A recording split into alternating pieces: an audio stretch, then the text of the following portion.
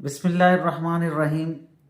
दोस्तों साथियों, मैं आपका मेज़बान मोहम्मद असलम साकिब।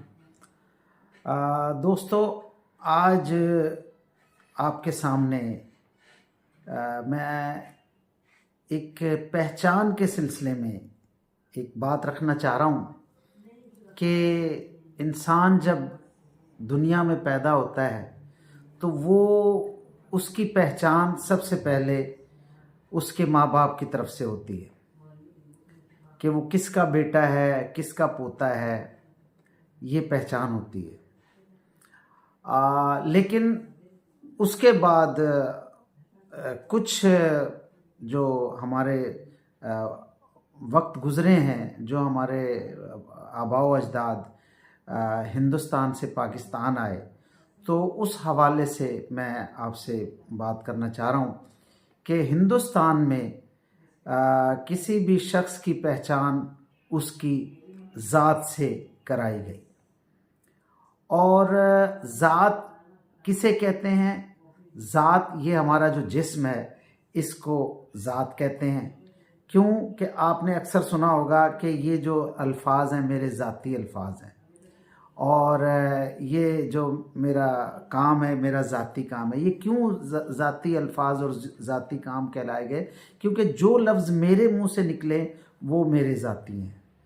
तो ये इस ज़ात से जो काम सर अंजाम पाया वो ज़ाती काम कहलाया। तो हिंदू मज़हब में ज़ात पात का तसव्वुर है, और उन्होंने काम के हवाले से लोगों की पहचान बताई। यानी अगर कोई शख्स लोहार का काम करता था तो उसे लोहार उसकी ज़ात रख दी गई। अगर कोई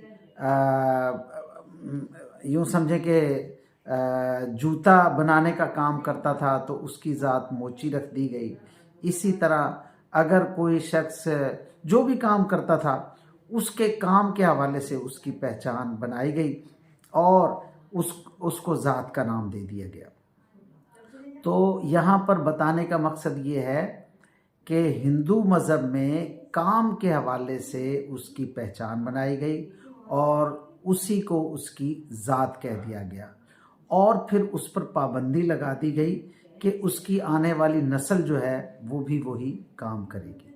लिहाजा हिंदू मज़हब में 4 ज़ातें बनाई गई, जिनमें ब्राह्मण, क्षत्रिय, वैश्य और शूद्र। तो उन्होंने, उनका एक बुत है ब्राह्मा के जो गर्दन तक का, जो सर से लेके गर्दन, उसको उन्होंने, जो लिखारी, जो मज़हब के लोग, उनको उसमें रखा। उसके बाद उसके सीने तक का जो हिस्सा है उसमें उन्होंने कहा जो लोग ये हुक्मरान हैं, इस किस्म के जो लोग हैं वो उस हिस्से में आते हैं। उसके बाद उससे निचला हिस्सा घुटनों तक का जो है उसमें उनको भैंस को रखा और उनको कहा कि ये खेती बाड़ी करने वाले जो लोग हैं वो उसमें आते हैं। उसके बाद जो घुटनों से नीचे, उनको शूद्र का नाम दिया गया, और वो जो छोटे मोटे काम करने वाले लोग, यानी जो असल मेहनत करने वाले जो लोग हैं, छोटे लेवल पे जो काम करने वाले लोग थे, उनको उस हिस्से में रखा और उनको एक नफ़रत के निगाह से देखने लगे और उनको शूद्र उनका नाम दिया। तो हिंदू मज़हब में 4 ज़ातें बनाई गई हैं। जबकि अगर आप इसके बरअक्स इस्लाम में देखें तो इस्लाम में ज़ात पात का तसव्वुर नहीं है।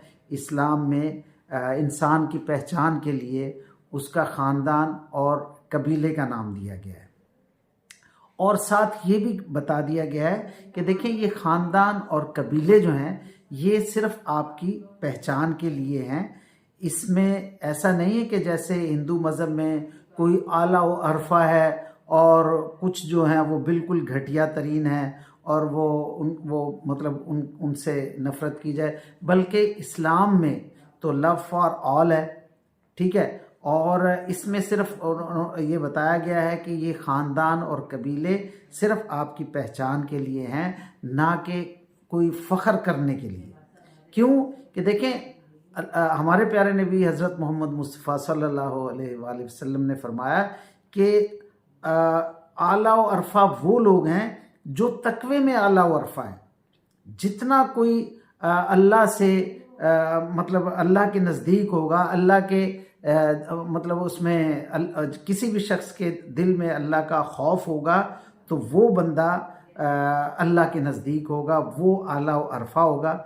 और जितना कोई तकवे में कम होगा वो मतलब उससे कमतर होगा। वरना ये ख़ानदानों की वजह से, कबीले की वजह से ना तो कोई आला व अरफा है और ना ही कोई घटिया है। लिहाजा इस बात को आप अच्छी तरह समझ लें कि ज़ात पात जो है वो हिंदू मज़हब की मतलब एक कैटेगरी है।